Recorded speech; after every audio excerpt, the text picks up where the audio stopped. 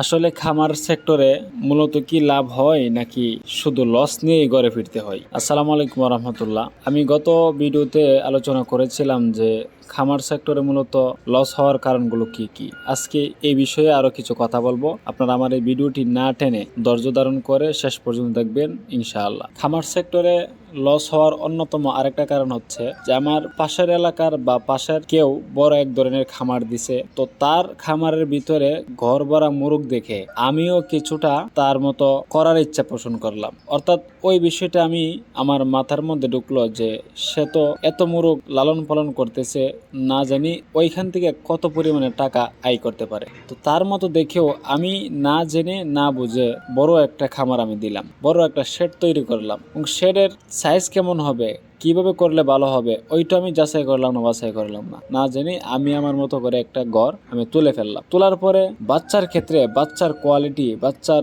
Size, বাচ্চার grade না জেনে বাচ্চা আমি অর্ডার দিলাম। দেওয়ার পরে যার কাছ থেকে বাচ্চা আমি অর্ডার দিলাম সে লাভ করে অবশ্যই আমাকে দিয়ে দিল বাচ্চা।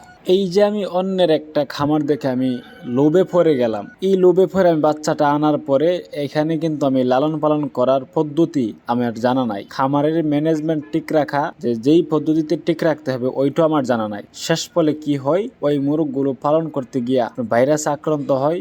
এই জন্য আমি বলবো কোনো খামারিদের ঘর ভরা মুরগ দেখে আপনি এত বড় খামার করতে যান না, বরঞ্চ যিনি অভিজ্ঞ তার থেকে পরামর্শ নেন। নেওয়ার পরে আপনি অল্প আকারে 200, 100 এইরকম ভাবে আপনি অল্প অল্প আকারে আস্তে আস্তে 500, 600, 1000 ওইভাবে যান। অল্প থেকে যখন করে যাবেন তখন আপনার অভিজ্ঞতাটা আস্তে আস্তে আপনার ভিতরে চলে আসবে।